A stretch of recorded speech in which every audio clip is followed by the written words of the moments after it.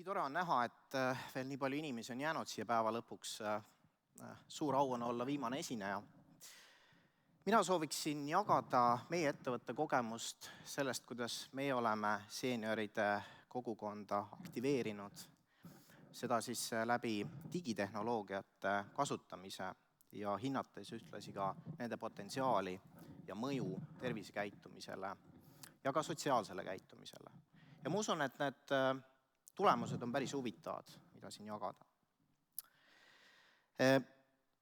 Täna on siin väga palju läbikõlanud ennetust ja ennetavaid tegevusi nii sotsiaalvaldkonnas, tervishoius ja tegelikult CentAbi võiks paigutada ka täpselt sinna kategooriasse, ehk siis me üritame tegeleda ennetusega. Aga enne kui ma räägin tulemustest ja meie kogemustest, paneksin käima ühe video, mis siis näitab, mis asi on CentAb ja kuidas me võime ühe vanema elaniku elu muuta.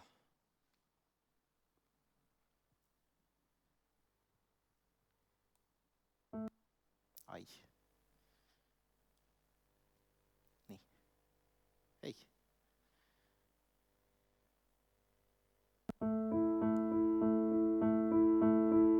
Sinu telefonikõne oli tema päeva tipphetk.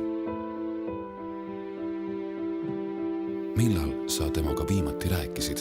Eile, üleeile, nädala eest. Nüüd on liiga hilja. Või siis mitte. Pane parem aeg kinni, sest nüüd on tal kiire. Sest hommikul mängis ta sõbrannaga kaarte. Lõuna kulus jaapani keele õppimiseks. Terve pärastlõuna planeeris ta sõbrannaga Lähis-Ida reisimarsruuti. Ja kogu õhtu kulus uute tutvuste leidmiseks.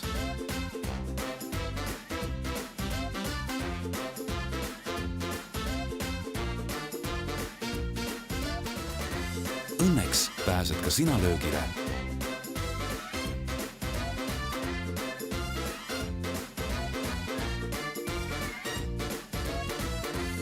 Tal on nüüd CentAb, mis toob terve maailma käepäraselt koju kätte. Me hoolitseme selle eest. CentAb. No nii, see on üks tavaline päev CentAbi seltsis. Ehk siis CentAbi näol on tegemist sotsiaalse tegevus- ja kommunikatsioonikeskkonnaga, mille üks osa on siis telekas. Ja miks telekas? Esiteks seetõttu, et paraku vanemas eas inimesed veedavad suurema oma osa majast koduseinte vahel ja telekas on kujunenud nende peamiseks kaaslaseks. Statistika ütleb, et keskmiselt 65+ elanikkonnast veedab teleka ees 4-5 tundi päevas. Ja loomulikult on kurb see, et see on suhteliselt passiivne tegevus, ehk siis see väga palju ei arenda. Teiseks loomulikult suur ekraan ja kolmandaks, mis on väga oluline, on see, et ikkagi päris paljud tänasel päeval ikkagi 40% vanemast elanikkonnast ei ole kuidagi seotud interneti või online teenustega. Ehk siis nad elavad seal üksinda, kannatavad üksilduse käest ja tegelikult ei ole mingit head viisi, kuidas nendeni jõuda. Samas telekas on selline tehnoloogiline platvorm, millega ka selle generatsiooni inimesed on sina peal ja see barjäär sinna peale midagi ehitada ja neile pakkuda on oluliselt madalam, kui üritada nutiseadmete või arvutiga läheneda. Ja nagu eelnevalt nägite, siis mis need võimalused on CentAbis? Väga palju sotsiaalseid võimalusi on alates meedia jagamisest, fotod, pildid, videod, uudiste jagamine. Meil on huvitoad, kuhu saavad siis inimesed koonduda vastavalt oma huvidele. Videokõned nii pereliikmetega kui ka sõbrannadega. YouTube'i kanal, mis on päris huvitav, et paljud meie kasutajad, kes ei teadnud varem nutirakendustest suurt midagi, on praegu nii vaimustunud YouTube'ist ja vaatavad telekast kõik erinevat harivat sisu.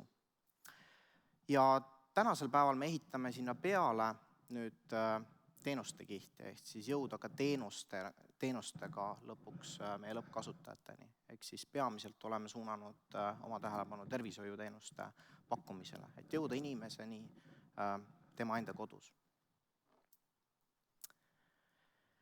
Nüüd Tiina Tambau mainis lühidalt eakate aktiivsusindeksit, see on siis Euroopa 28 riigi seas läbi viidav uuring, millega siis paigutatakse eri riigid eri näitajate alusel siis ritta ja mõõdetakse siis eakate aktiivsust.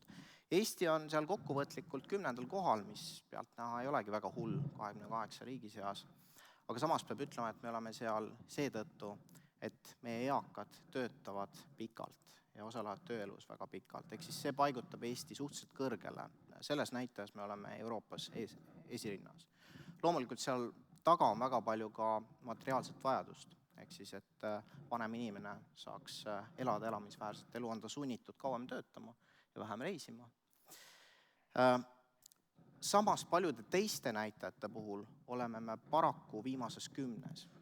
Siin on mõned nendest välja toodud.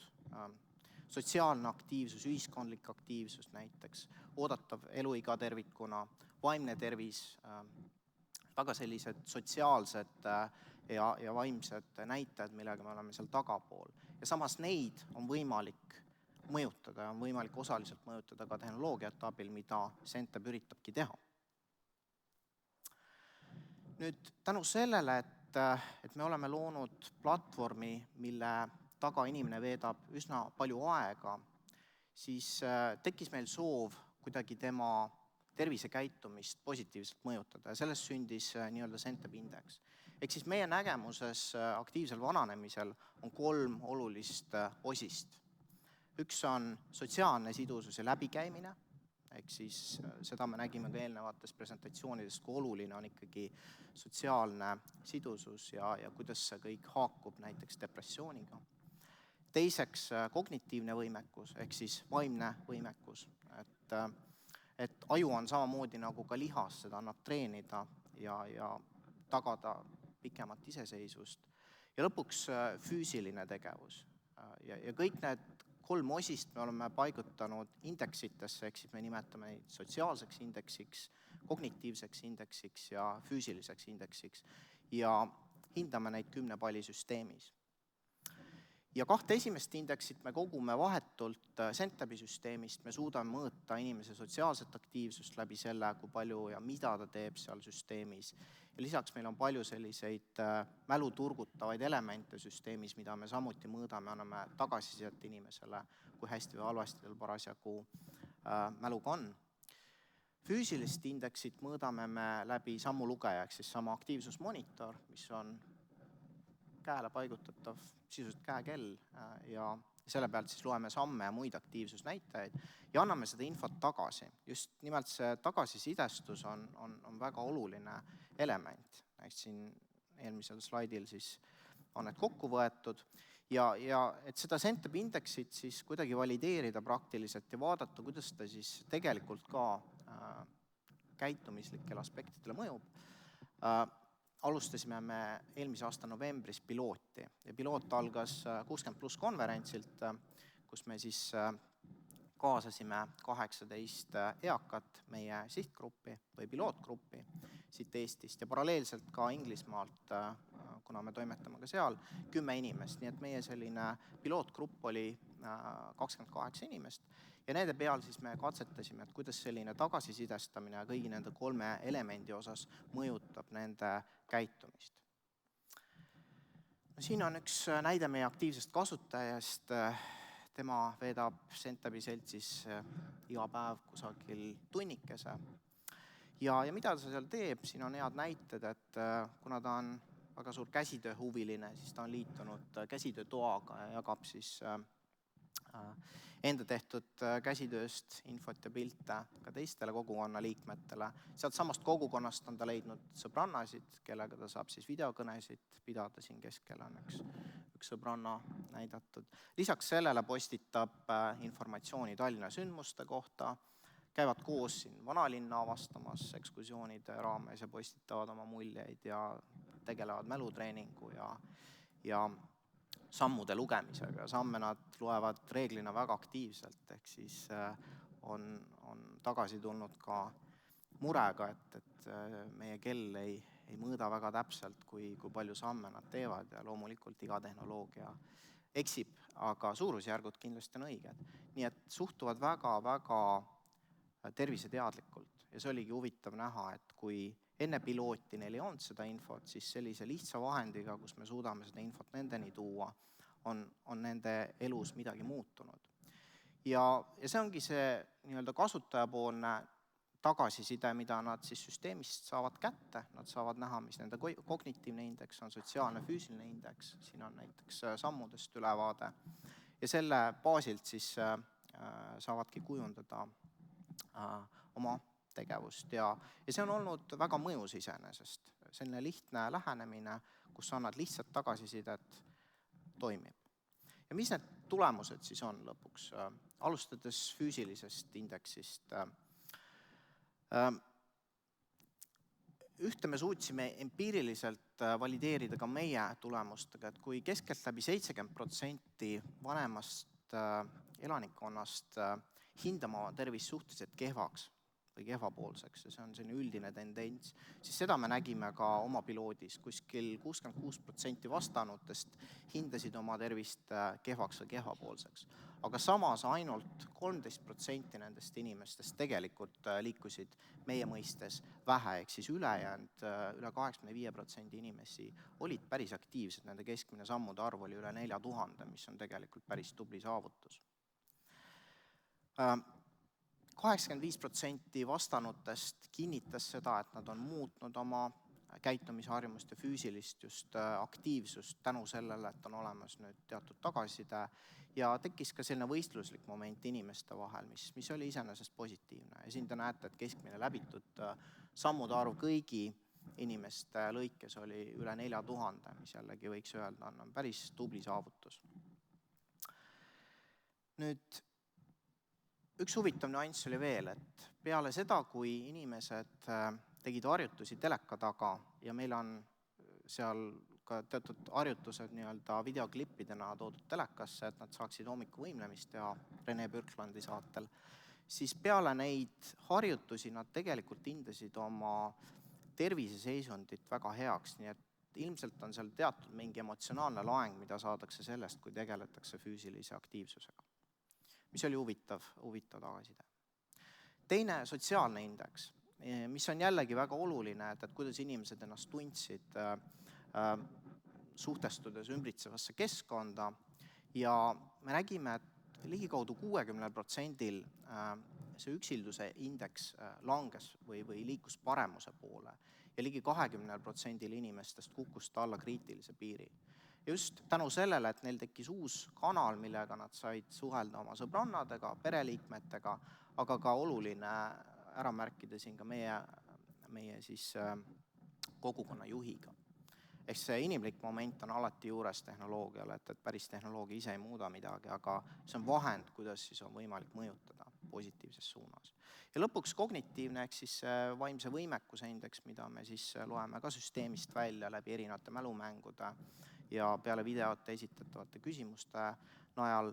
Ka seal nägime paremuse märke, kui alguses oli see indeks 5,6, siis juba 2 kuu mööduses oli 6,07. Nii see on tegelikult selline objektiivne empiiriline tulemus, sinna juurde subjektiivne ehk siis küsimustega küsitud tagasiside näitas, et ligi 70% inimestest hindasid, et nende mälu ja kognitiivne võimekus on paranenud. Nii et need olid need tulemused, mida me siis leidsime.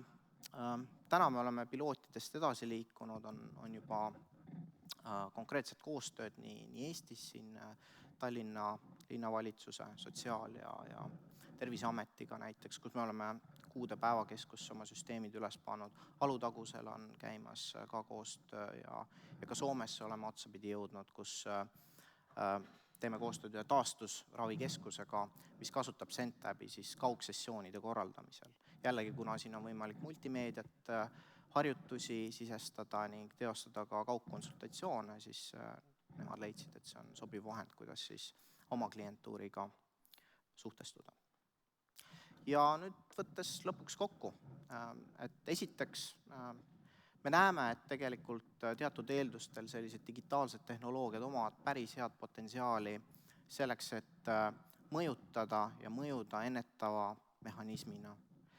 Ja me nägime väga lootustandvaid tulemusi, jällegi see on suhteliselt lihtne neid nii-öelda kogemusi laiemalt siis kasutusele võtta ja seeläbi võib-olla mõjutada ka meie positsioone nendes indeksites, mida ma eelnevalt näitasin, just aktiivsusindeksites.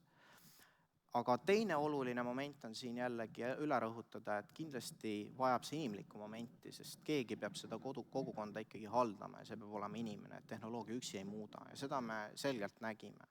Samas, mis on selle positiivne moment, on see, et üks inimene suudaks ära hallata väga suurt kogukonda, 100-200 inimest vabalt ja sellega oleks võimalik oluliselt mõjutada nende inimeste elu, kes siis seal teleka taga on. Nii et sellega ma võtaks kokku oma presentatsiooni ja kui nüüd on mõni küsimus, siis ilmselt on aega vastata. Aitäh, küsimusi ootame julgelt. Kellel aga küsimusi on, andke käega märku, näen, et taga on üks käsi. Mikrofon lendab kohe sinu juurde.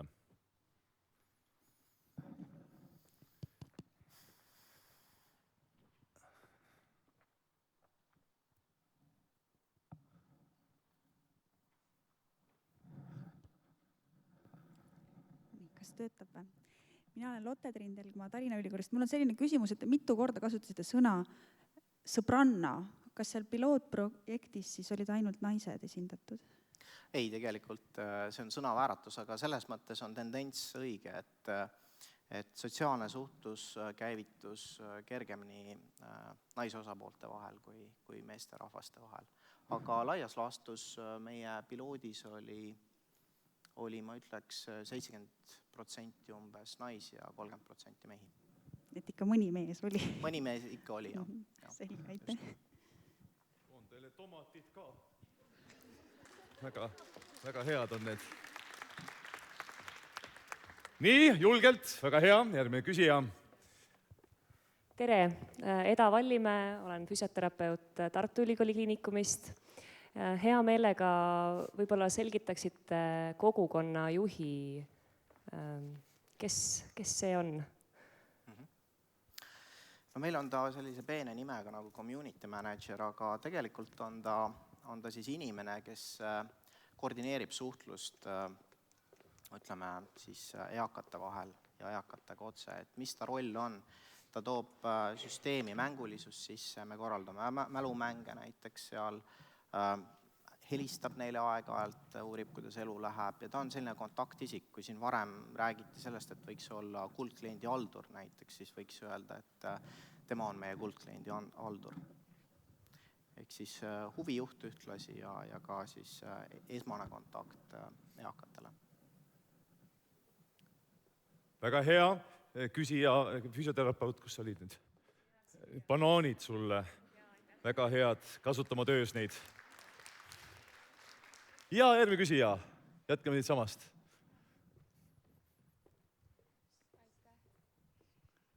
Jah, olen Eva-Liisa Sibul, samuti füsioterapeut Tartu Ülikooli Kliinikumist ja tahtsin küsida, et milline teie koostöö on meditsiinisektoriga ja kuidas te seda tulevikus võiksite või kuidas te seda planeerite, mis moodi? Meie ütleme, lähenemine asjadel on olnud selline, et kõigepealt me ehitame välja selle sotsiaalse võimekuse oma süsteemis, ehk siis meie nägemuses peaks olema midagi enamat kui lihtsalt tervisega seotud mure, see, mis inimesi tõmbab meie süsteemi. Ja nüüd see järgmine kiht, kus ma räägin lisandväärtusteenustest, on jah suunatud nüüd sellele, et saada siia taha ka professionaale, kes pakuvad oma professionaalseid teenuseid. Täna me teeme alles esimesi samme, et hetkel on loomisel siis teenuse pakkumise infrastruktuur, ehk siis ühest küljest saavad meditsiini erialaeksperdid siis nii-öelda oma telekonsultatiivset nõu pakkuda ja teisel pool siis inimesed saavad seda vastu võtta. Aga kindlasti oleme kaugele jõudnud sellega ja haigekassaga hetkel ei ole ka mingeid lepinguid, nii et kindlasti me sooviks algatada huvitavaid piloote selles valdkonnas ja kui siin publikus on huvilisi, siis me oleme väga avatud sel teemal vestlemast. Aga näiteks see Soome variant, kus me Taugo Kangasega koostööd teeme, see ongi suunatud nüüd täpselt selle taastusravi momendile.